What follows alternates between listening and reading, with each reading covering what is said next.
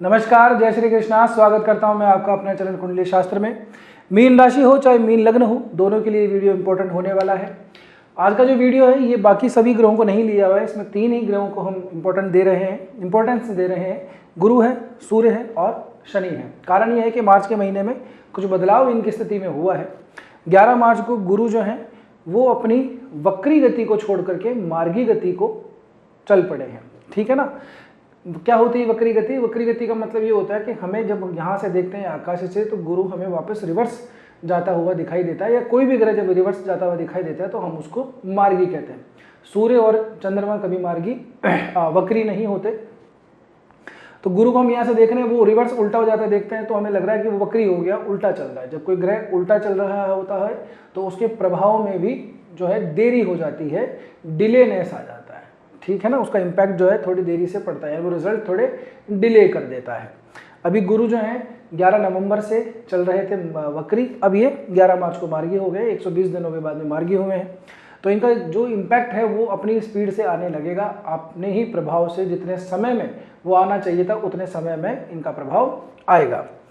इसके बाद में 2 दिन बाद में 13 मार्च को शनि जो है वो सूर्य से अस्त हो गए हैं। कोई भी ग्रह जब अस्त होता है तो सूर्य से ही वो अस्त होता है।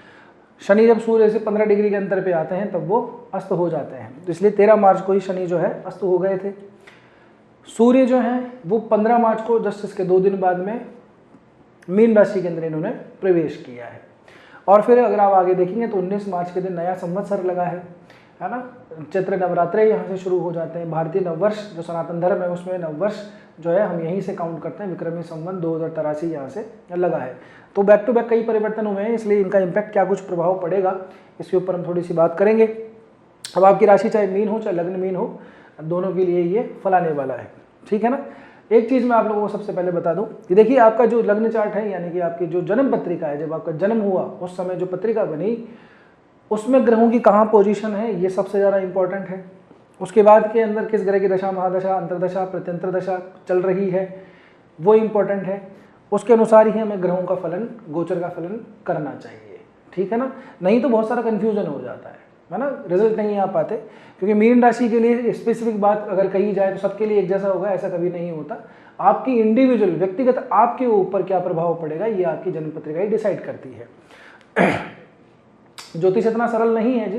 ज्योतिष को लोगों ने बहुत ज़्यादा सरल बना रखा है। 2-4 वीडियो देखते हैं और अपना खुद का एक जो है ज्योतिष बन जाते हैं। ऐसा नहीं होता। अथाह समुद्र है ज्योतिष का ज्ञान, और जितना जो लोटा भर पाए, जितना जो पानी भर पाए, बस उतनी ही उसकी वो क्षमता है। एक आयु के अंदर तो सारा ज्योतिष नहीं हो सकता। अगर कोई कहता है कि मुझे सर्वत्र ज्योतिष आता है, सारा ज्योतिष का ज्ञान है, तो या तो वो झूठ बोलता है या फिर वो ब्रह्मा जी है। इसके अलावा कोई दूसरी बात नहीं हो सकती। बहरहाल तो अब व्यक्ति को समझ में, पर्सनली किसी व्यक्ति को समझ में नहीं आता है कि यार ये प्रॉब्लम चल रही है, किस ग्रह से संबंधित होगा, कौन सा ग्रह खराब चल रहा है, क्या दशा, क्या अंतरदशा, फिर डिविजनल चार्ट्स के अंदर क्या व्यवस्था है। इन सब चीज़ों को हम जो है देख कर ही आराम से पता लगा सकते हैं। तो अगर आपकी ऐसी कोई परेशानी है जिसका ज्योतिषीय समाधान चाहते हैं तो आप नीचे जो कॉन्टैक्ट इन्फॉर्मेशन दी हुई है वहाँ पे आराम से संपर्क कर सकते हैं, अपना अपॉइंटमेंट बुक करवा सकते हैं। हमारी फीस भी काफ़ी रीजनेबल रहती है। बहरहाल अब आगे बात करते हैं। गुरु जो है वो आप लोगों के लिए बैठे हुए हैं कहाँ पे? चौथे भाव के अंदर। पहले भी यहीं थे, अभी भी यहीं हैं। परिवर्तन इनकी चाल में हुआ है। चाल बदल जाती है तो सब कुछ बदल जाता है। पहले वक्री थे तो प्रभाव बहुत डिले हो रहे थे, लेट हो रहे थे, अब प्रभाव अपने टाइम पे आएंगे, यानी कि ऑन टाइम डिलीवरी हो जाएगी आप लोगों को। अब यहाँ पे ये चौथा भाव है, ये सुख का भाव है। ठीक है। ये माता का भाव है, यहाँ से वाहन है, प्रॉपर्टी, एसेट्स है, बहुत सारी चीज़ें हैं। तो आप लोगों के अगर ऐसा है कि संपत्ति वगैरह के अंदर कुछ दिक्कत है, डिस्प्यूट्स वगैरह कुछ आ रहे हैं, तो यहाँ से आप लोगों को थोड़ी सी राहत मिलने की खबर है। ठीक है ना। भाई परचेज करना चाह रहे हैं, बहुत टाइम से लेना चाह रहे हैं, गाड़ी लेना चाह रहे हैं, फ्लैट लेना चाह रहे हैं, कुछ ज्वेलरी बनवाना चाह रहे हैं, लेकिन ले नहीं पा रहे हैं। ठीक है ना। कुछ आर्थिक स्थिति ऐसी नहीं है, कुछ बाजार की स्थिति कुछ ऐसी नहीं है, तो क्या करें? सही समय का वेट करते हैं। तो अभी का जो समय है ये बहुत बेटर है। अभी नवरात्रों के अंदर बढ़िया समय है। तो जिन जिन लोगों ने अपनी अपनी गाड़ियाँ बुक करवाई हैं, घर लिया है, ज़रूर कमेंट करके बताइएगा। आप लोगों के लिए समय काफ़ी कुछ ठीक हो चला है। ठीक है ना।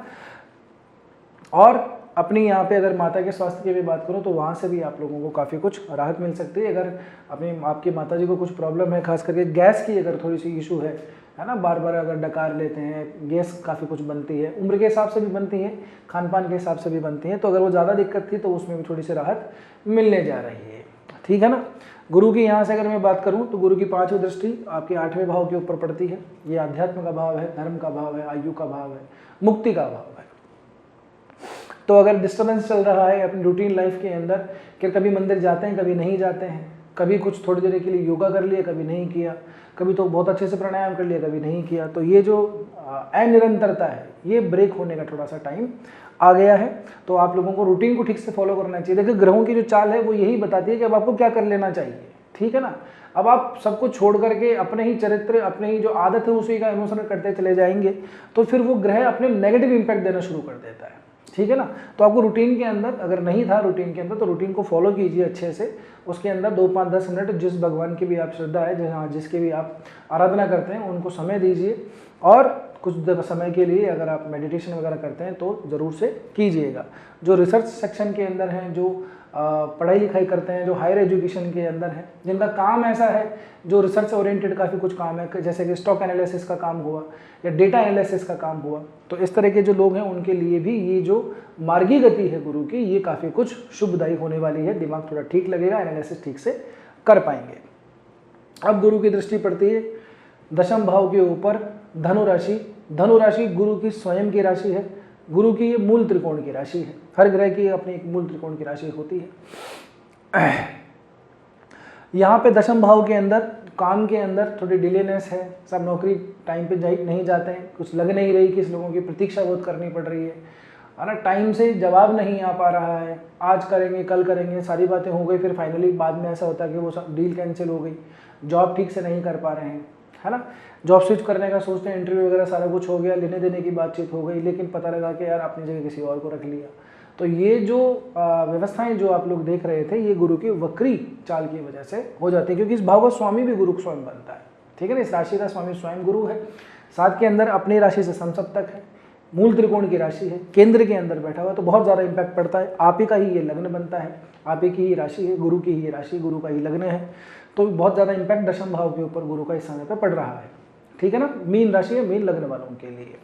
तो काम के अंदर वो जो वक्री अवस्था जो चेंज की है गुरु ने, मार्गी आए हैं, तो वहाँ पे थोड़ी सी स्पीड अप आप लोगों को मिलेगा, काम थोड़े से बनने लगेंगे, चीज़ें सॉर्ट आउट होंगी आप लोगों की, डील आगे बढ़ाइए, एफर्ट डालिए, नई जॉब के लिए तलाश कीजिए। अगर अब तक जॉबलेस हैं तो अपने काम के अंदर जो ऑलरेडी काम कर रहे हैं उन लोगों के लिए ऐसा है कि वर्क एनवायरनमेंट को थोड़ा सा सुधार आप लोगों का होगा, सपोर्ट आप लोगों को अपने कुलीग्स का थोड़ा सा मिलने लगेगा, साथ ही के अंदर कुछ रेस्पॉन्सिबिलिटी भी नहीं आपको ज़रूर से मिलेगी। अगर ऐसा कुछ हुआ है इन दिनों के अंदर, 2, 5, 7 दिनों में, या कुछ अपकमिंग है तो ज़रूर से कमेंट करके बताइएगा।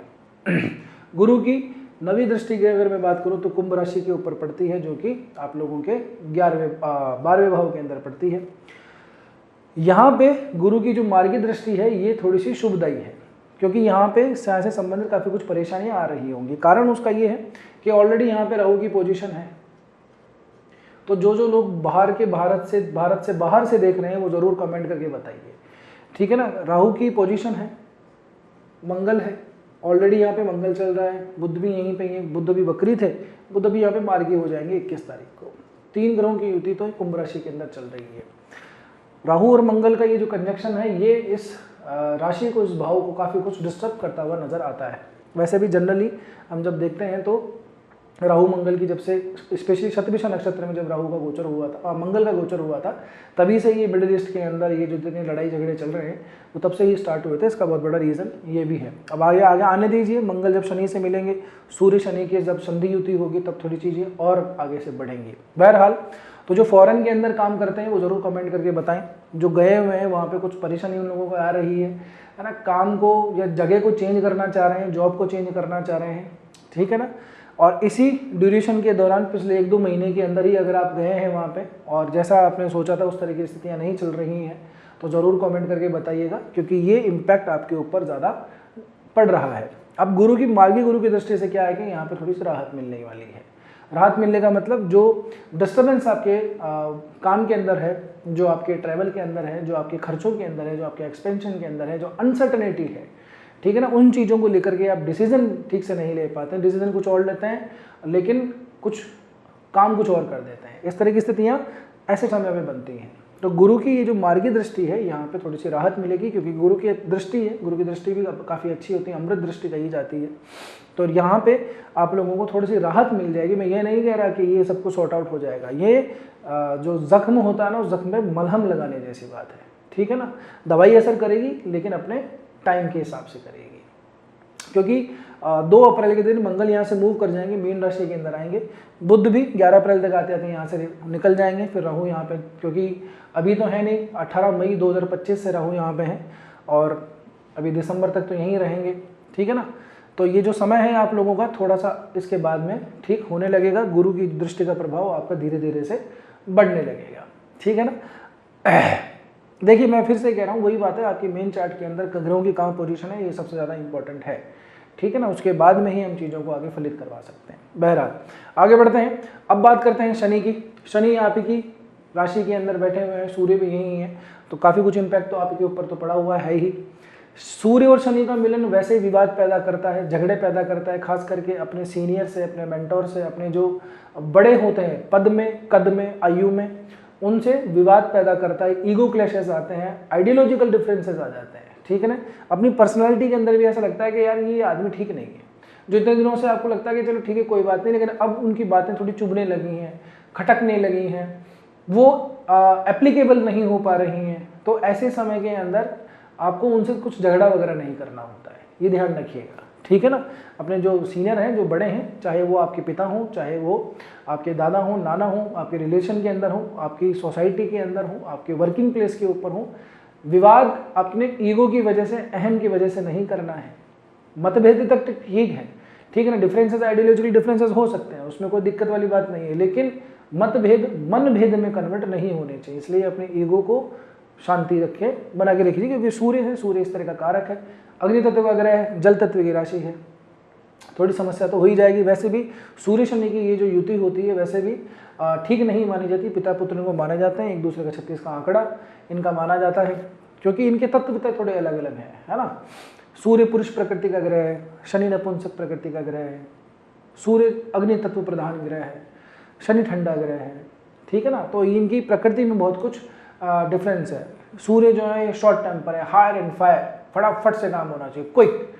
शनि जो है वो धीरे धीरे धीरे करके कर लेंगे आराम से, बहुत समय पड़ा हुआ है, कोई जल्दी नहीं है। तो इनके जो नेचर हैं दोनों के बहुत ज़्यादा अलग अलग है, ठीक है ना, इसलिए इनको एक दूसरे के शत्रु माना जाता है, ठीक है ना।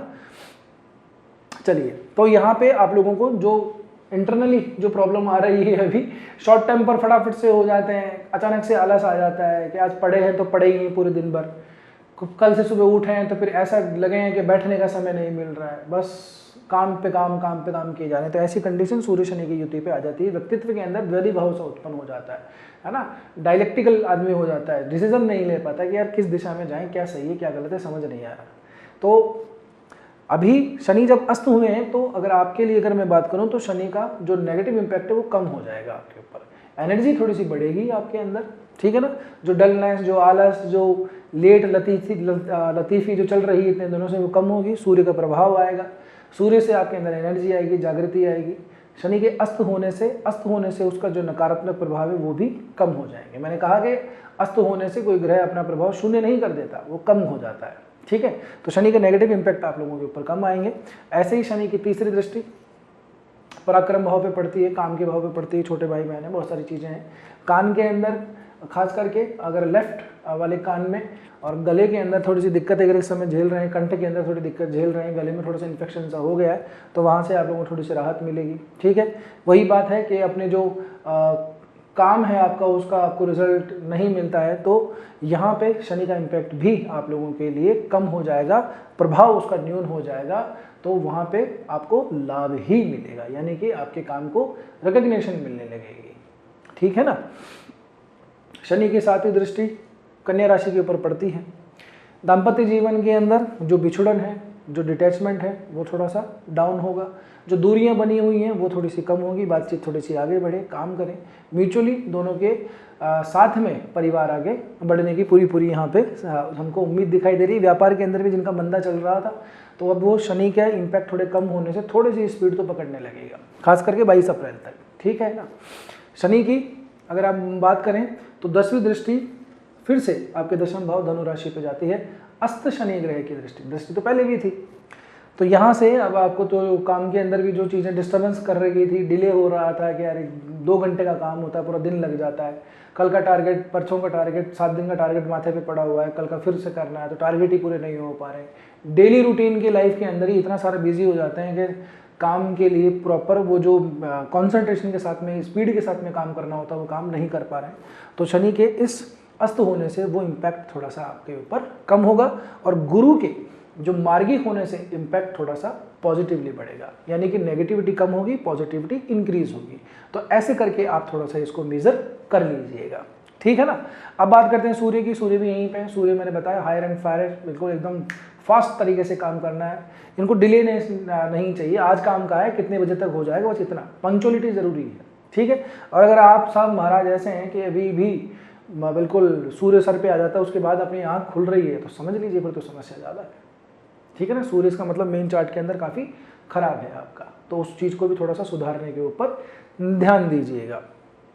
फिर शनि की, सूर्य की भी दृष्टि यहाँ पे पड़ती है, तो यहाँ पे भी जो संबंध है उसके अंदर थोड़ा सा उल्लास, थोड़ी सी एनर्जी थोड़ी ज़्यादा आ सकती है। शॉर्ट टेम्परनेस ज़रूर हो सकती है, लेकिन फिर भी मैं कहूँगा कि एनर्जी थोड़ी सी रहेगी, ऊर्जा बनी रहेगी दाम्पत्य जीवन के अंदर। तो छोटी मोटी खटपट भी होती, तो उसको, ईगो को थोड़ा साइड में रख करके और कामली उसको सेट कर लेना, ठीक है ना। व्यापार के अंदर भी हमको थोड़ी सी यहाँ पे उन्नति ही दिखाई देती है। अब देखिए सूर्य शनि की युति है, कुछ बातें और मैं इंपॉर्टेंट बता दूं। सूर्य शनि की युति पिता पुत्र के संबंधों के लिए भी स्पेशली जो है अच्छी नहीं मानी जाती, तो अपने फादर से भी स्पेशली अपनी ट्यूनिंग बना के रखिएगा, क्योंकि आपके जो नवम भाव के स्वामी हैं मंगल, वो अभी राहु के साथ में कंजक्शन में है, ठीक है ना। फिर ऊपर से 12वें भाव के अंदर मंगल बैठे हुए हैं, ठीक है ना। तो यहाँ पे थोड़ी सी कंडीशन हमको ठीक लग नहीं रही है। फिर सूर्य शनि की युति हो जाती है, तो थोड़ा हेल्थ वगैरह का थोड़ा सा उनका ध्यान रखिएगा। कुछ अगर प्रॉब्लम है, खास करके न्यूरोलॉजिकल प्रॉब्लम है, हड्डियों की प्रॉब्लम है, हार्ट की अगर इशू है, क्योंकि अभी यहाँ पे शुक्र भी यहीं पे ही है, शुक्र मीन राशि के अंदर ही है, 24-25 तारीख तक यहीं रहेंगे। तो शुगर, बीपी, थायराइड की अगर प्रॉब्लम है तो प्री चेकअप वगैरह करा लीजिएगा। दवाइयाँ अगर वो टाइम पे नहीं ले रहे हैं तो थोड़ा सा रेगुलरली उनको करने के लिए कहिएगा। हेल्थ का थोड़ा सा आप लोगों को इस समय पे पिताजी का स्पेशली ध्यान रखना चाहिए, और उनसे विवाद करने से आप लोगों को बचना चाहिए, ठीक है। उनकी बात आप माने ना माने अलग बात है, लेकिन अनावश्यक विवाद करने से अशांति पैदा हो सकती है, और यह अशांति आपके ऊपर ज़्यादा आएगी, ठीक है ना। क्योंकि अभी तो सूर्य शनि है, अभी फिर मंगल आएंगे यहाँ पे, ठीक। फिर यहाँ पे बुध भी आ जाएंगे, 4 ग्रह बैठेंगे। अभी जो ये वीकली अपडेट होता है ये हम आपको ज़रूर दे देंगे। हमारे वीकली जो आपके पास में वीडियो आते हैं उसमें आपको ये अपडेट मिल जाएगी। 2 अप्रैल को मंगल आएंगे, फिर 11 अप्रैल को बुध आएंगे, 14 अप्रैल तक सूर्य यहाँ पे रहेंगे, फिर सूर्य अपनी मेष राशि के अंदर चले जाएंगे, फिर मंगल और शनि की युति बनेगी। मंगल और भी ज़्यादा वो है, उसको तो बिल्कुल ही सोचने का टाइम नहीं है, वो तो बस हाँ ऑर्डर दिया और तुरंत एग्जीक्यूशन। शनि के साथ उसके ठीक से ट्यूनिंग नहीं है, तो बहुत सारी चीज़ें हो जाएंगी। तो इसलिए कह रहा हूँ कि अपने थोड़े ईगो, अहंकार को थोड़ा सा डाउन करके रखिएगा। शॉर्ट टेम्पर होने की ज़रूरत नहीं है। इसके लिए आवश्यक है कि आप अपने इष्ट के, अपने आराध्य की आराधना करें। 5-10 मिनट, 15 मिनट, 20 मिनट, जितना भी आपको लगता है आप लगाइए, और अपने बड़ों से आराम से, तमीज़ से बात कीजिए। यही इसका अच्छा उपाय है। भगवान भोलेनाथ की अगर आप आराधना करें तो सबसे उत्तम है। नवरात्रे अभी चल रहे हैं, चैत्र के नवरात्रे, माता की आराधना कीजिए, माता भवानी की आराधना कीजिए। राहु केतु से अगर परेशान हैं तो दुर्गा की आराधना इसमें बहुत ज़्यादा सार्थक होती है, ठीक है ना। अब यहाँ तक पहुँचे तो वीडियो ठीक ही लगा होगा। वीडियो ठीक लगा है तो लाइक सब्सक्राइब जरूर से कर दीजिएगा। आप देख के चले जाते हैं, सब्सक्राइब नहीं करते हैं चैनल को, सब्सक्राइब जरूर से कीजिएगा चैनल को। हमें थोड़ा मोटिवेशन मिलता है। आप देख रहे हैं कैसे कोई स्क्रिप्ट तैयार तो की नहीं है, स्क्रिप्ट बना करके फिर वीडियो नहीं बनाया हुआ, रॉ वीडियो है, कोई एडिटिंग है नहीं इसके अंदर। तो आप लोगों को थोड़ा सा सपोर्ट कर देंगे तो मोटिवेशन मिला रहता है। बाकी आपकी इच्छा, जैसे आपको ठीक लगे। और एक और रिक्वेस्ट है, कमेंट सेक्शन में जाने से पहले उसको स्वाइप कीजिएगा, वहाँ पे हाइप का ऑप्शन आता है, तो उस वीडियो को हाइप जरूर से कर दीजिएगा। कैसा लगा वीडियो कमेंट करके ज़रूर बताना है, ठीक है ना। तो बस आज की वीडियो में इतना ही, मिलते हैं अगले वीडियो में। तब तक के लिए स्वस्थ रहिए, मस्त रहिए, अपना और अपना को ध्यान रखिए। जय श्री कृष्णा, जय श्री राम, हर हर महादेव, जय गौरी शंकर।